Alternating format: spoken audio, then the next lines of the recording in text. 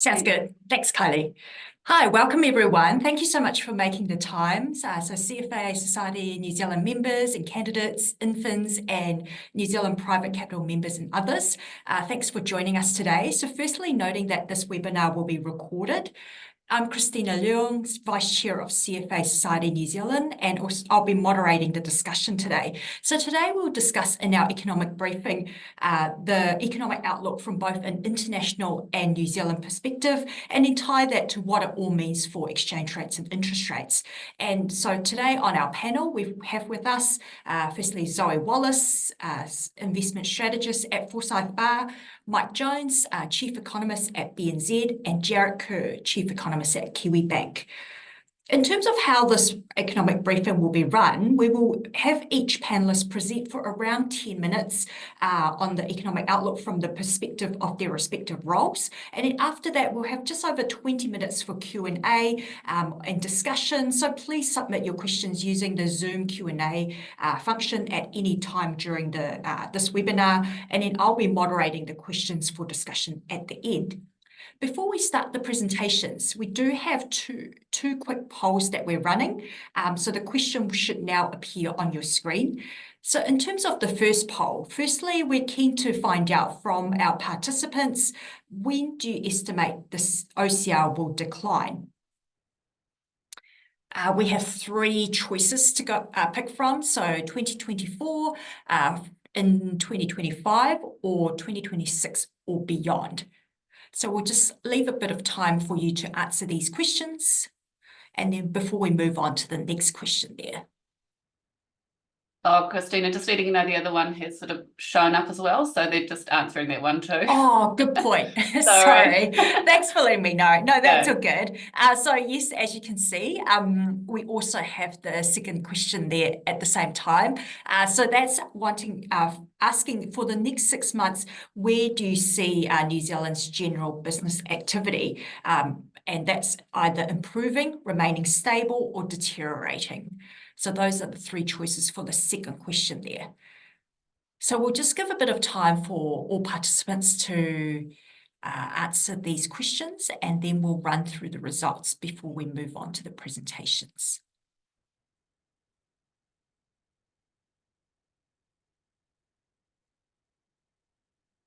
Right, I'll end the poll now, shall I? Cool. Thanks, Kylie. So that... Did you want me to share the results? Yeah, let's have a look at the results, and so that sets the scene up for our presentations. So in terms of the expectations of OCR cuts, it's pretty evenly spread between 2024 and 2025, but 2025 wins out in terms of when participants on this is expecting the cut in the OCR. So when we think about in terms of the general economic outlook ahead for the next 6 months, a net 9% is expecting improvement in the general economic outlook. Oh, hang on a minute, let me scroll down. So general expectations are for a deterioration, with just over half of participants expecting a deterioration in the general conditions ahead for the next 6 months. That's great. Thanks, Kylie. So now we move on to the presentations. I'll now hand over to Zoe to present on the economic outlook from a global perspective. Thanks.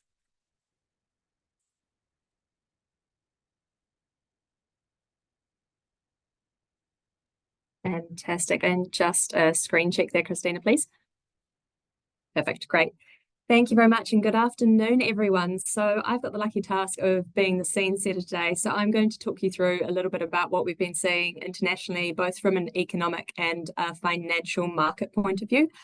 Before I start, as many of you will be familiar with, I do need to show you mandatory disclaimers, which are hopefully going to come up in a second. There we are. Look, the key part of this is please don't construe this as personalised financial advice. It is not intended as such. Just a little bit about how, we've been seeing things in terms of financial markets. For the last few years, it's really been a pretty topsy-turvy roller coaster ride. When you think back to, the beginning of 2020 and what happened with COVID, we had a really nasty, sharp shock to equity markets. There was a huge amount of uncertainty. All asset prices declined pretty sharply during that period. And then we had wholesale government stimulus and central bank stimulus coming to the rescue. And we saw, asset prices take off in the wake of that. And I'm sure, when you look at the housing market charts, the guys will show you later on, that it's a very similar story in terms of, record low interest rates, huge amount of cash being pumped into economies, all looking for a home and all looking for a return. Then when you think back to sort of what happened over 2022, we had central banks starting to rein in, very expansionary monetary policy, fiscal policy starting to be dampened down as well. That had a flow-on effect in terms of, drying up just the amount of cheap liquidity that there was in terms of international markets. We saw international equities moderate for a time there. And then since about sort of 2023, we've seen things more positively, and particularly over the last sort of 4 or 5 months, particularly in the US, equity market performance has been incredibly strong, and also Japan being a key market there that's been playing quite significant catch-up after decades almost of going largely sideways. So when you look at, what's been part of the driver for that, we had the Fed pivot towards the end of last year and start to say, well, actually, we think we've got this inflation problem under control to a large extent now. We're increasingly confident about the fact that we might be able to cut interest rates in this year, in 2024. I'll talk about that a little bit in a minute. And so, equity markets have gained quite a lot of confidence from the fact that actually, rate cuts are in, the end was in sight. And then actually over the last few months, what we've seen in the US has been particularly solid economic data, especially compared to where people were expecting things to be at this point in the economic cycle. What we've seen in the US is actually that, the economy has remained remarkably resilient to the fact that you've had one of the fastest rate hiking cycles we've seen since basically the 1970s. Households have actually managed to, for a variety of reasons, pent-up saving, huge amounts of fiscal stimulus still feeding through the economy, have managed to actually weather that rate hiking cycle and sort of the general change in economic conditions very well.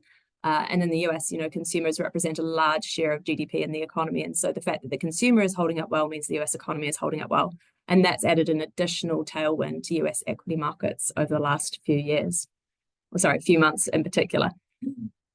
And one of the other factors, obviously, as you'll probably mostly be aware, is that the US has been propelled forward by what's now known as the Magnificent Seven. So very much major tech-heavy stocks with mega cap valuations. So these are your Microsoft, Apple, Google, Amazon, NZIER, Meta, and Tesla. And you might have seen today that NVIDIA has come out with a new announcement just around its AI processing power and expected new processing power chips that will be sort of the next big in-demand product from NVIDIA that should help support what is already a pretty impressive equity market rally that we've seen over the last few years. So what you've seen is that very much the US market, these mega caps make about 30% of the S&P 500. So those 7 companies have really been the largest drivers behind what we've seen in terms of the US market outperformance. You're starting to see a bit of a question mark in markets coming in. Is this getting a bit bubbly? Is this getting a bit like the dot-com boom? Look, I don't have a definitive answer on that. I would say it's a bit too early to tell. When you look at sort of market surveys on it, the market's relatively split on whether this is getting bubbly or not, but you can see there are some underlying fundamental reasons. If you think about the huge productivity gains that are expected on the back of artificial intelligence technology and expected to come through over the next few years. So that has been driving quite a huge amount of enthusiasm, particularly since the release of ChatGPT at the start of 2023 sort of sparked this enthusiasm for all things AI that's coming through in the markets at present. One of the key things I think over the last few years around economies and global markets has been the dominance of economic factors and, where interest rates are going. Obviously, as I mentioned before, we've had quite an unusual sort of mini business cycle caused by some of the effects that we've seen on the back of the COVID-19 shutdowns and the pandemic itself. One of which was, the fact that inflation rates skyrocketed around the world. So, in New Zealand, we're obviously still fighting a relatively elevated inflation rate at 4.7%, but it's very much largely in line with what we've been seeing in other global economies over the last few years as well. it feels now that most economies having, lifted interest rates, tightened monetary policy substantially, starting to see the tail of fiscal stimulus working its way out, are starting to see inflation rates moderate back towards central bank targets. I wouldn't say we are there yet. So most central banks, we aim between 1% and 3%, most is sort of a similar benchmark. We are not back to those levels as yet, but getting relatively close. And particularly the US has managed to get inflation down perhaps a bit faster than we've seen in several other developed economies. And that's giving, central banks confidence that actually, hopefully interest rates have peaked for most major economies, and that they may be able to start cutting interest rates this year, in fact. What you saw at the beginning of the year was a huge amount of, or quite a large scale expectation about just how far central banks were going to be able to cut, though. And that has subsequently been pared back. When you think back to the beginning of the year, there were sort of 5 or 6 rate cuts from the US Federal Reserve priced in. Now that looks much more like 3, and even that's starting to come under question. And we'll obviously wait and see what the Fed comes out with this Wednesday night, Thursday morning New Zealand time. It'll be quite an interesting meeting. But what you've seen is that, generally there was a huge amount of high expectations about how far interest rates could fall over 2024, and that has been pared back relatively significantly over the last sort of two months, really. And part of that's been just, the fact that data has come out relatively strong in several economies. There's still some concerns about what's happening with wage inflation in places like Australia and the Eurozone. And also obviously messaging from central banks saying, hey, well, markets might have got a bit carried away with just the extent of rate cuts that they're expecting for this year. We've obviously had a bit of an interesting run in terms of comms, and I'll let Jarrod and Mike have a chat about, their own RBNZ view here as we go through. One thing that is obviously worth mentioning as well is that 2024 is an incredibly huge year for politics and geopolitics. So when you look at the percentage of the global population that's actually able to go to the polls this year, it's the biggest voting year for democratic elections on record. Obviously, we've just had Russia, which might fall under a slightly further along the spectrum of democratic, but we've just had the Russian elections over the weekend. We've got US being the really big one that everyone's focused on coming up in November, and possibly the UK one this year as well, which would be quite interesting.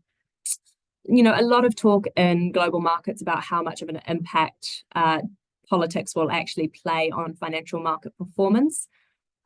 We're still waiting to see, definitive policies, the full sort of gambit of policy proposals from either side. Obviously, Trump on one side is likely to be very protectionist. He's talking about a 60% tariff on imports from China, which would be pretty punitive.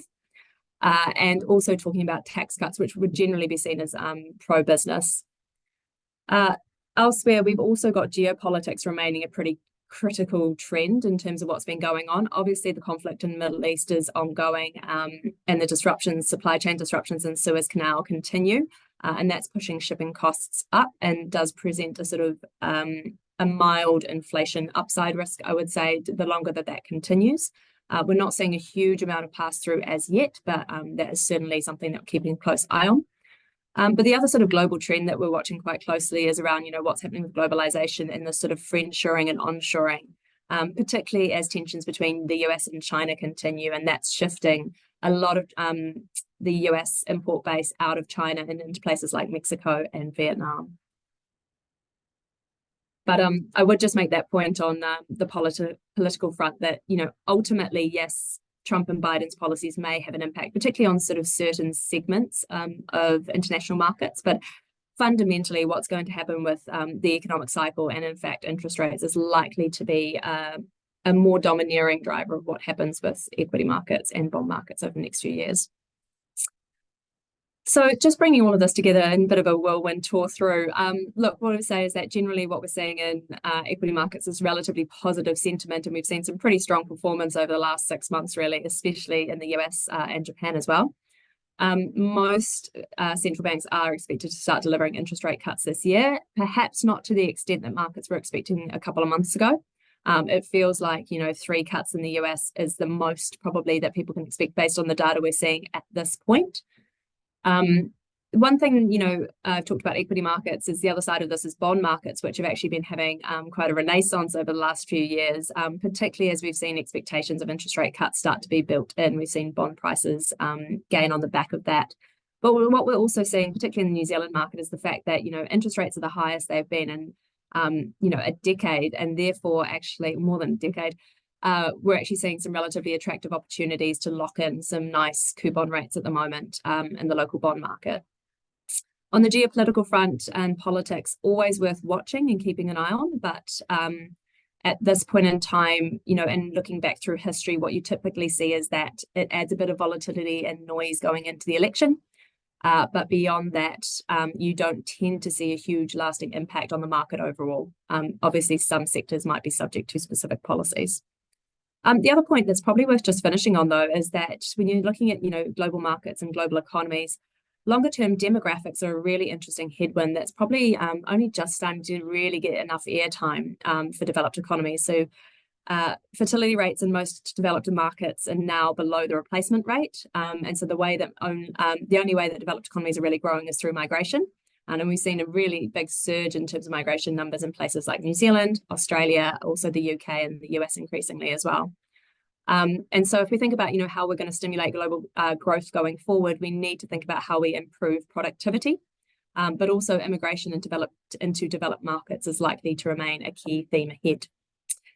That's it from me, and we'll obviously take questions a little bit later on. Thanks, Christina. Great, thanks, Zoe. I'll now hand over to Mike to segue into talk about what this all means, what we've been seeing in terms of New Zealand developments. Thanks, Mike. Thanks, Christina, and thanks, Zoe, for those insights as well. So, as you heard at the start, I am sandwiched between Zoe talking global and then Jarrod at the end talking about all the juicy interest rate bits. So my job is essentially everything else. So it is going to be necessarily high level and quick, but hopefully the title that you can see there in front of you, in terms of the slides, sums things up, which is we're in the storm now before hopefully the calm. So it does feel to me like we've been talking about and forecasting recession and recessionary type conditions for about 2 years. We're very much down in it now, and we're seeing that narrative crop up on more or less a daily basis. Some reasonably concerning comments around cutting spending from the government, again, on an almost daily basis, and some tough stuff to get through. But equally, we are seeing conditions paving the way as well for some calm, hopefully later in the year.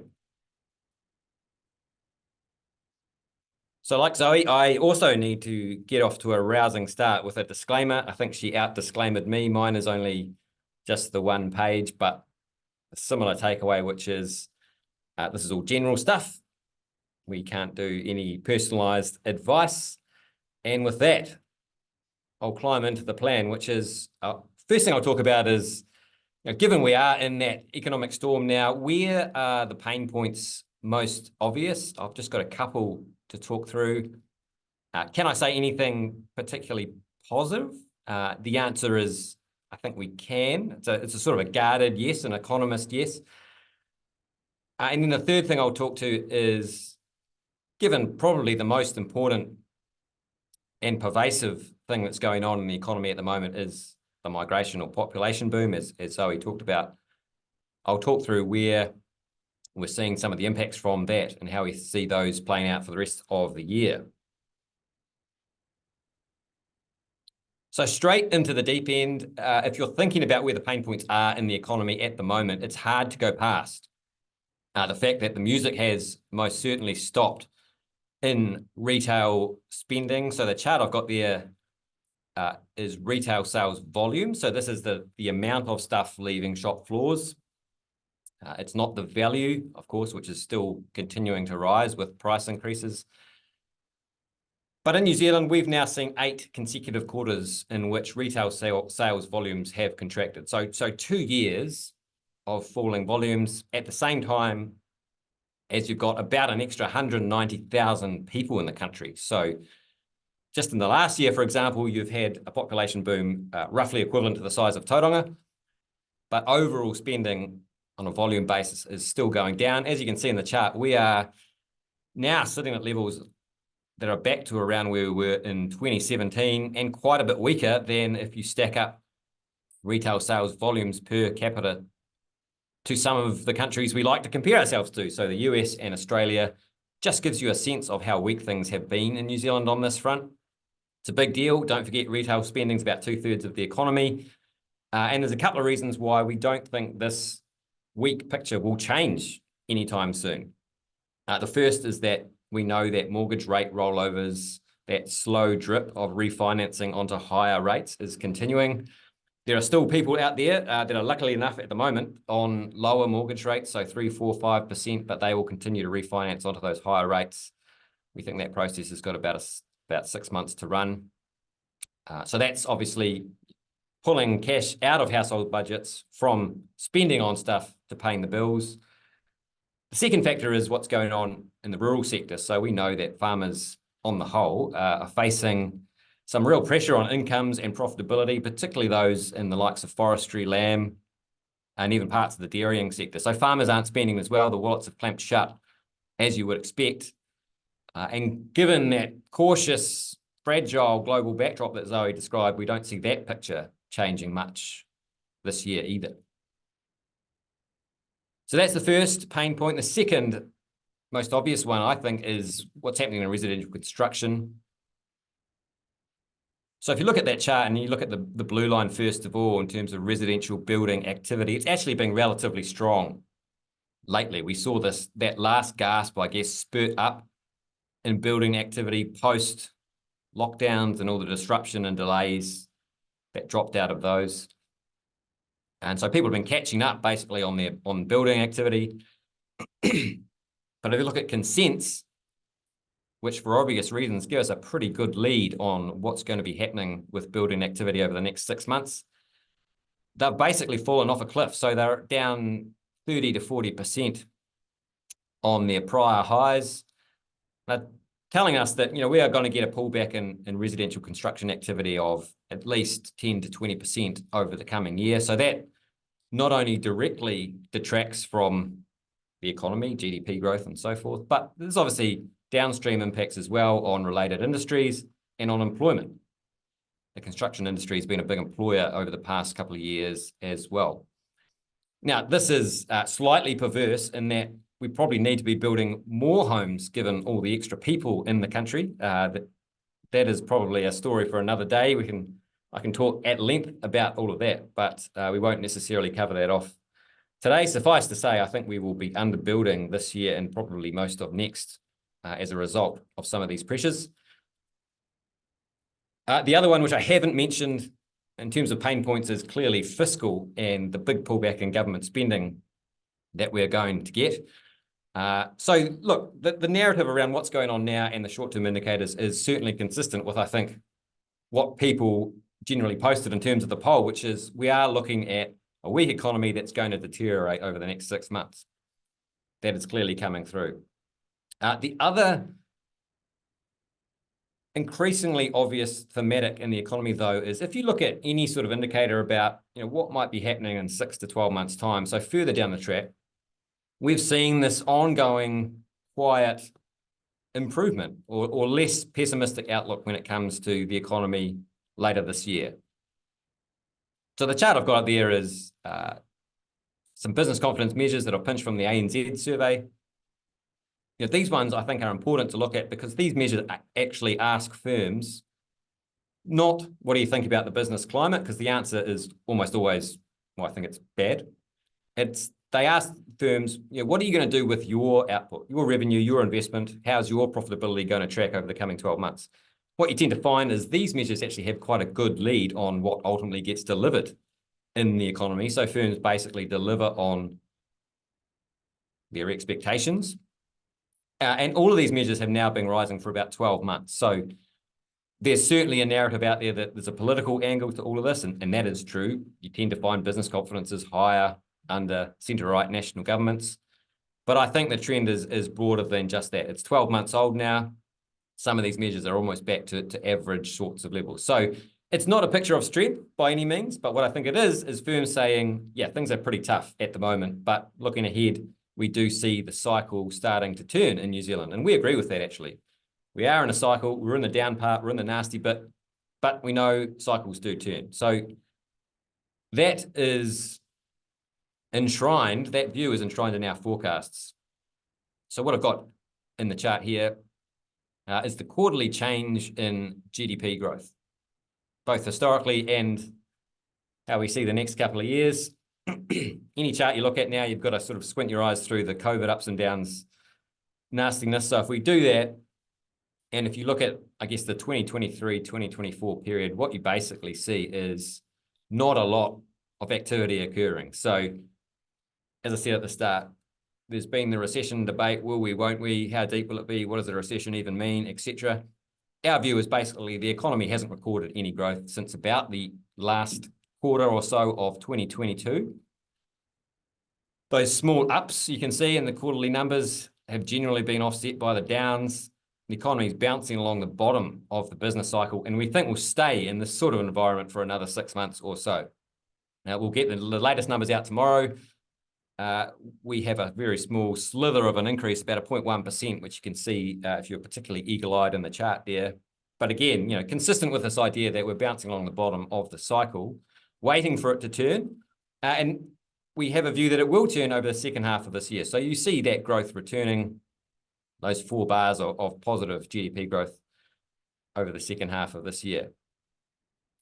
So one thing I would, I guess, caveat on the back of that is we know that the drivers of that growth, a big driver of that growth, that small growth that we expect, basically comes from adding more people, from population growth. So if you adjust those numbers onto a per capita basis, it looks quite a lot nastier. It's still negative. So given that population growth as a driver, we've been looking into in a little bit more detail, well, where is it happening? Where is everyone going? Which regions are outperforming through this downturn and which aren't? And basically, a population growth by region chart gives you a pretty good sense of that. So Auckland has taken about half of all migrant numbers that have come in over the past 12 months. The chart basically splits population growth total in the dots there into its constituent parts of international migration, internal, and natural population growth, which we don't see a whole lot of these days. And the thing that jumps out at you from this chart, for those of us that pass the numbers, is that if you're a region at the thick end of this chart, Auckland, Otago, Waikato, Canterbury, that's tended to experience higher than average population growth. Well, we're actually starting to see those regions outperform in some of the other economic statistics, so retail sales, employment, housing market, rents, and so forth. So it is not a picture of outright strength in that data, but relatively speaking, you know, more people is more activity. Kind of makes sense. A couple of other impacts from the population and migration boom. There's lots of impacts, but for mine, the 2 biggest ones are, number one, and probably the most important actually, we've had a flood of workers that has completely flipped around the labour market. So we've gone from a position of having the tightest labour market essentially the country's ever seen to a position now where I actually think that there is an excess of supply in the labour market. So firms' labour demand is being reined in, as you'd expect, given the stormy conditions. The supplies kept coming. And so if you look at some of these metrics that give you a sense of the relative demand or supply for labour, they've rocketed up. So ease of finding skilled labour, according to firms, if you exclude the little COVID sawtooth there. Now, easiest in 15 years, job applications per ad have gone from the lowest level you've ever seen to the highest in a very short space of time. So for every job that's advertised at the moment, there's a flood of applications. Firms, if you believe the numbers, are suddenly spoilt for choice. That is a picture consistent with falling wage growth, higher unemployment, and generally less favourable labour market conditions. So less turnover, less scouting, less benefits, and all that sort of stuff that went with the really strong labour market. The second big impact from the migration that we've seen is around rents.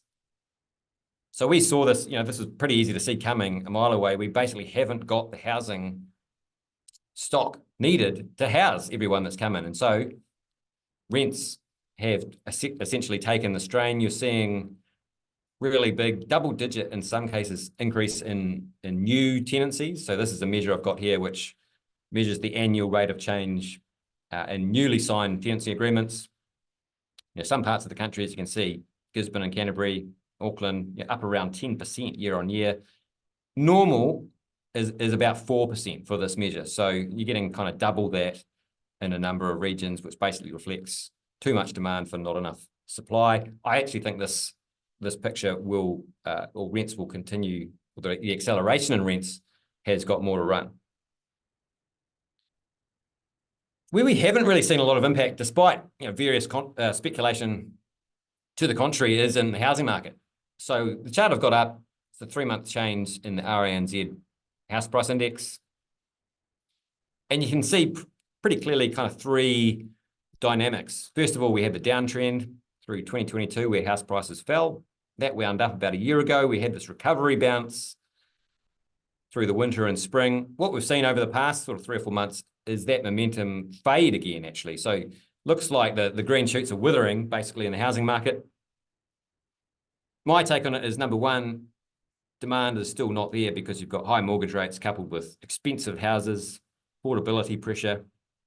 So new demand in the housing market has been reduced to a trickle at the same time as you've actually had a flood of listings hit the market. So post-election, we heard all these anecdotes that there was a queue of people waiting to sell their house into what they thought would be really strong conditions.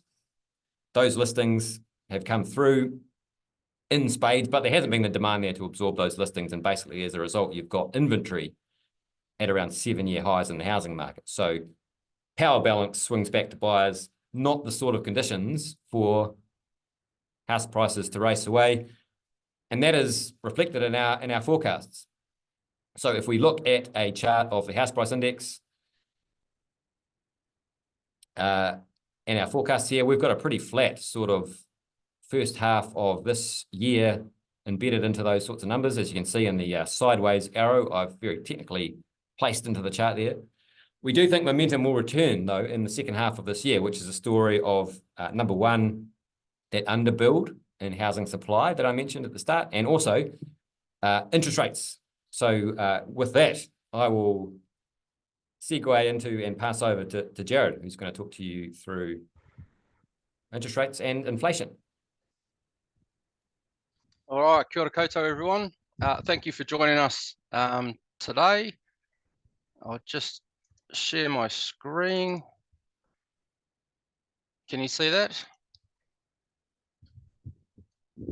All good. Right, thank you very much.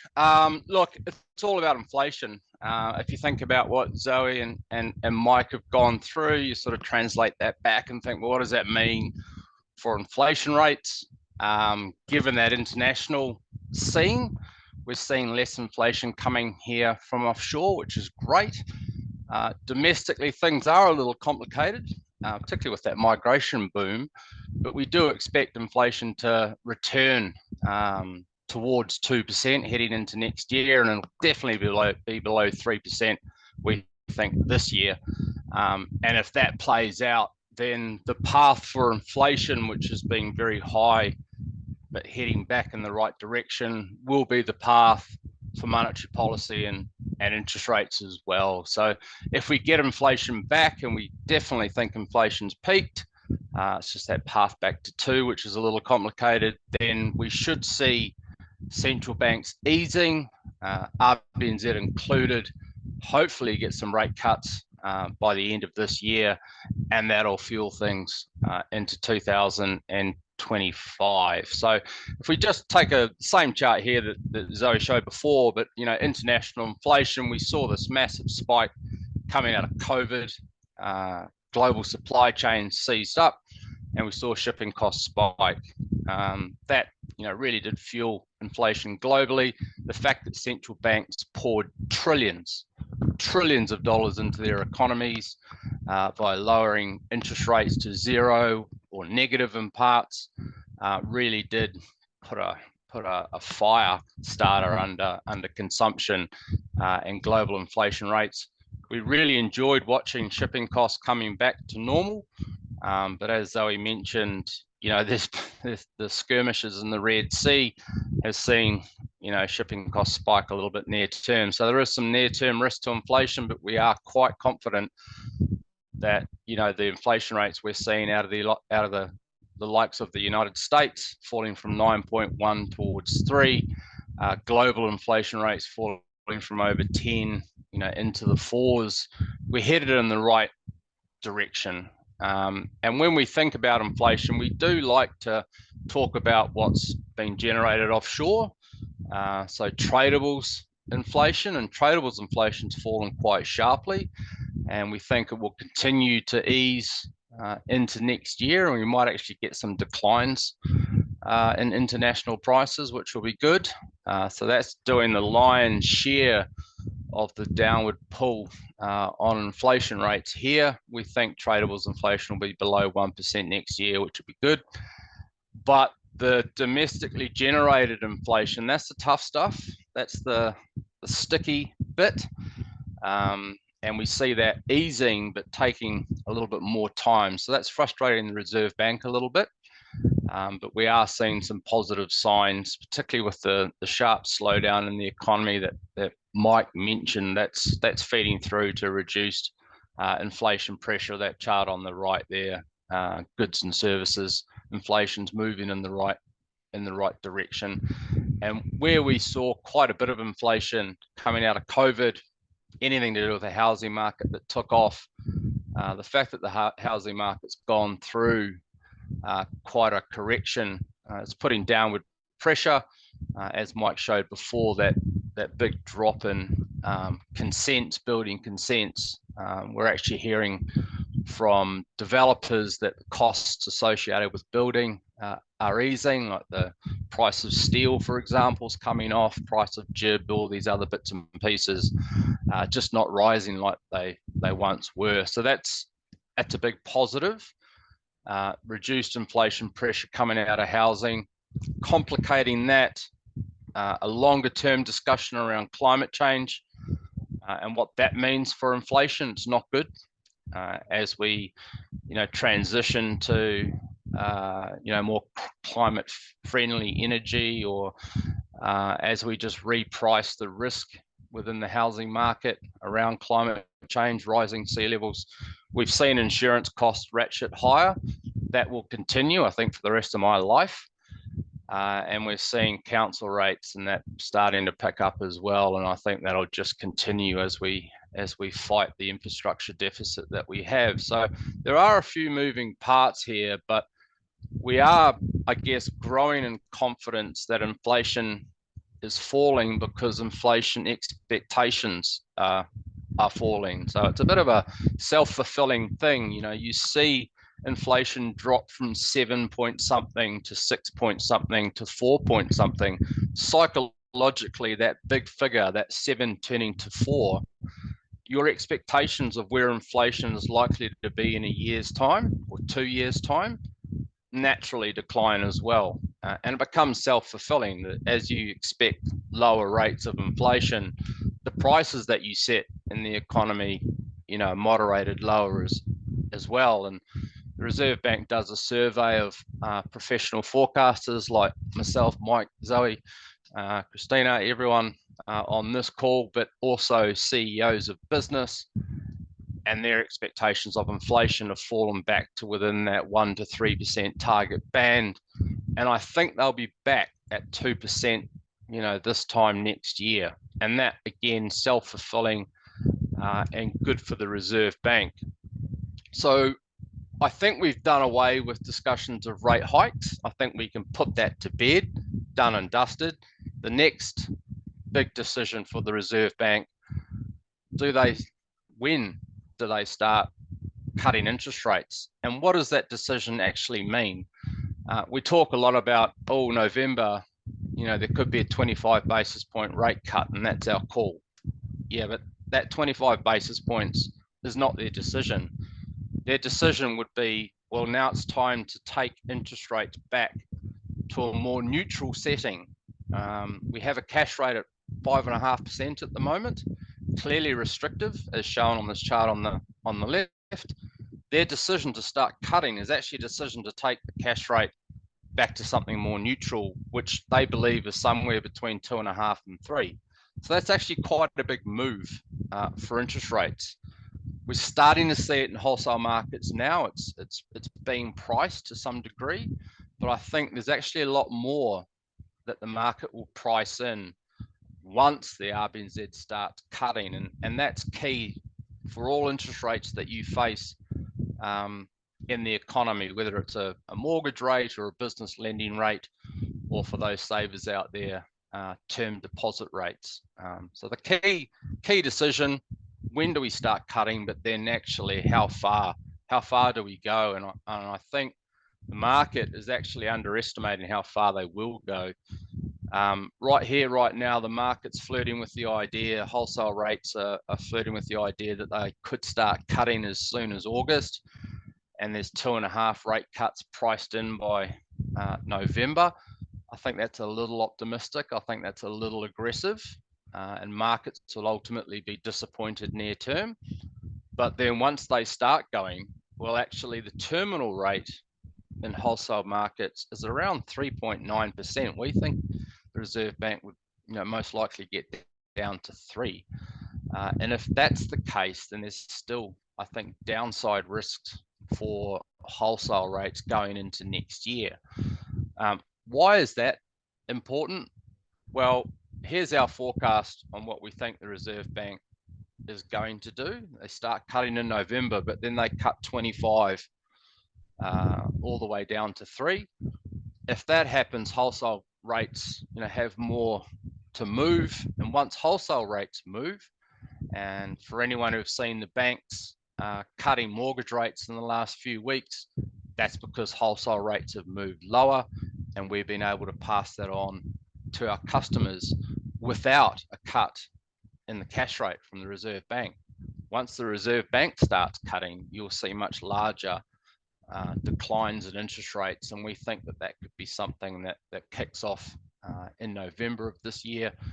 But most of that delivery, most of those cuts will be delivered next year, and for us that means 2-year fixed rates, 1-year fixed rates, all the mortgage rates out there will be cut into next year, and that will provide much needed relief for many households and businesses. It'll also put a bit of support under the housing market, and we could see house prices picking up, and the economy, as Mike suggested, picking up into next year on the back of rate cuts. And if anyone out there is interested in currency, well, New Zealand dollar I think it's going to hold up quite well near term, but once we start seeing those rate cuts, the Kiwi dollar could come off, which would help farmers, like Mike mentioned before, and it would also help our exports in general into next year. Lots to discuss. I hope you've got lots of questions. There's 4 of us here willing to answer anything you throw at us.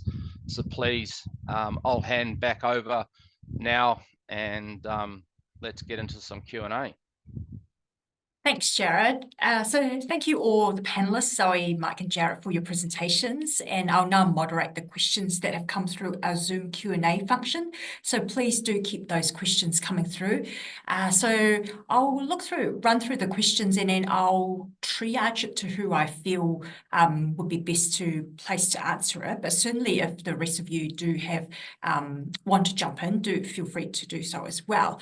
So the first one I'll hand over to you, Zoe, in terms of how have all the other parts of the world taking inflation down from higher levels than where New Zealand had it to lower levels today, what in your view should New Zealand be doing differently in addressing inflation? Mute. Sorry. Partly it's interesting when you look at what's actually driving inflation today. And, I think, as Jarrod's highlighted, when you look at the tradable side, that's, looking relatively orderly, helped by the fact that we're actually seeing deflation mostly out of China coming through at the moment as well.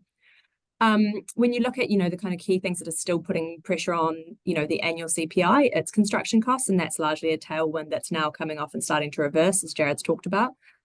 It's things like rents, which you're seeing, that's a tough one because we do have a migration boom. We've got a very rapidly increasing population. Our population grew by 2.8% last year, which is the highest since World War II. So that's a huge boom to our national population. And all those people need a place to live. So rental pressure is expected to continue. The other two big ones are insurance and rates. And, to Jarrod's point, I don't think there's much end in sight for those. Insurance is going up around the world. That's not just a New Zealand issue. But I think, New Zealand is facing a big infrastructure deficit that we've got to figure out how to fund somehow. And that's putting a lot of pressure on local councils, and that's not going away anytime soon. So some of those domestic inflation factors are still causing some issues on the non-tradable side. Thanks, Zoe. Mike, I'll pass this question to you. So Mike Hosking said this morning that based on facts and figures, we are the worst performing country in the world, economy, I should say, in the world. Will this make our recovery more challenging than other countries? Yeah, I wasn't listening to Mike this morning, but so I don't necessarily know the context. But what might have been referenced was, say, per capita GDP growth. So if you look at not the normal headline GDP numbers that us economists talk about, but those same numbers adjusted for population growth, we probably are around about the weakest of those countries that we tend to compare ourselves to. So, do you think the US, Australia, UK, and so forth? We're looking at, for last year, we'll get the numbers confirmed on Thursday, I think, but a contraction in per capita GDP growth of around 2.5%, 3%, which, as I mentioned, is about as weak as it gets, actually. We only really saw that once previously in the global financial crisis. So we have got, on that basis, an extremely weak economy. The thing to remember, though, with that, is that's kind of weaker than we'd all like, of course, but it's still been a downturn that's been engineered on purpose, if you like, by the Reserve Bank as a necessary condition to get inflation down, as you heard from Jarrod. So there are certainly issues in the New Zealand economy that need to be addressed. Zoe talked about productivity growth. There's a bunch of other stuff about infrastructure and so forth.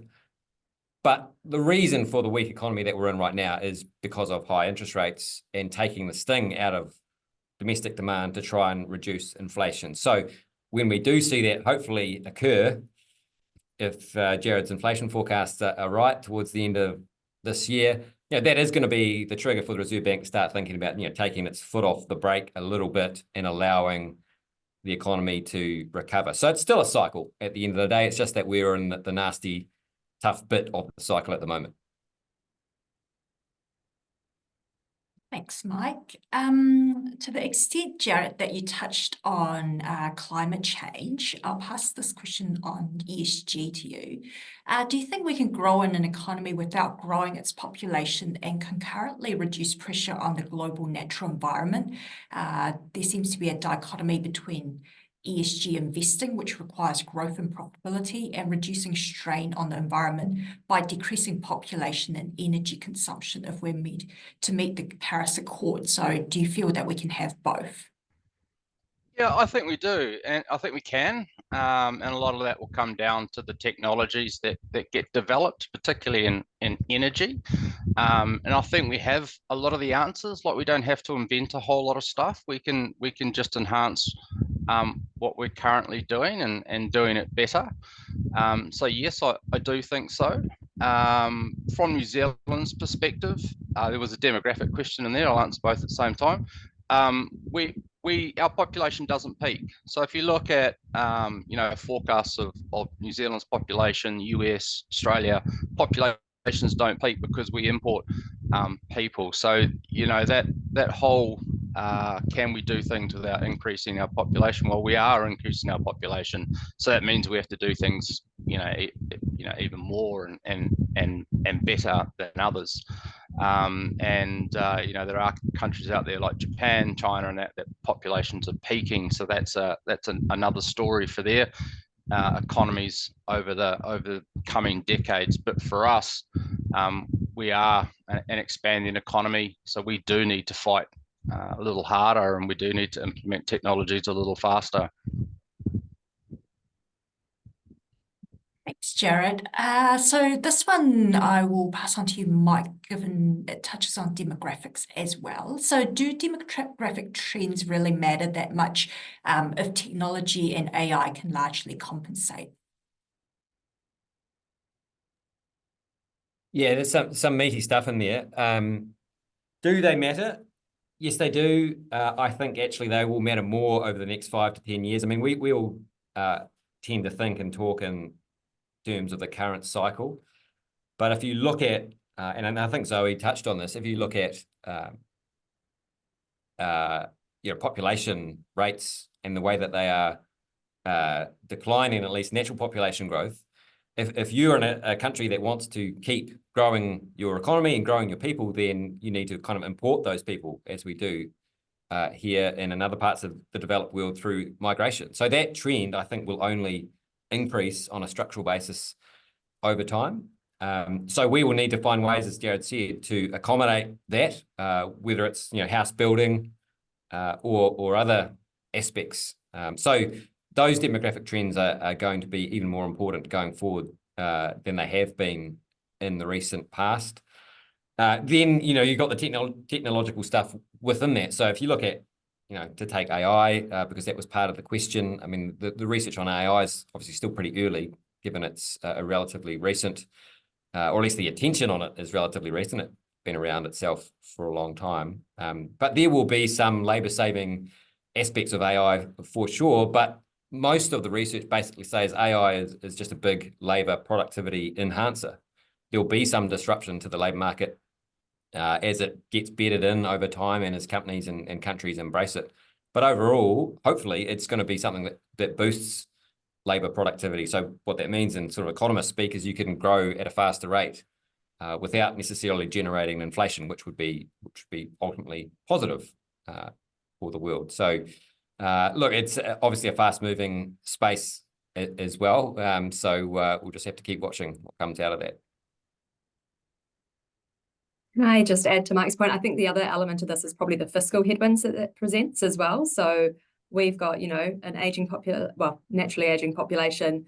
Obviously, we've still got a, super scheme that requires us to pay pension payments to all those people who are requiring support, and longevity has increased dramatically as well. So people are living longer than they ever have done it as well. And so that's obviously quite a big fiscal headwind, not to mention the healthcare and the infrastructure investment that's required to support that. And the other factor is that we've still got, a largely salary tax-based tax system. And so as your labour force shrinks, you've got to think about actually, are we getting the revenues that we need to support this on the other side? Thanks, Zoe. Jarrod, I'll pass this question to you. So if everyone is expecting an economic recovery already in the second half of this year, why are we still seeing massive firings across the whole of New Zealand?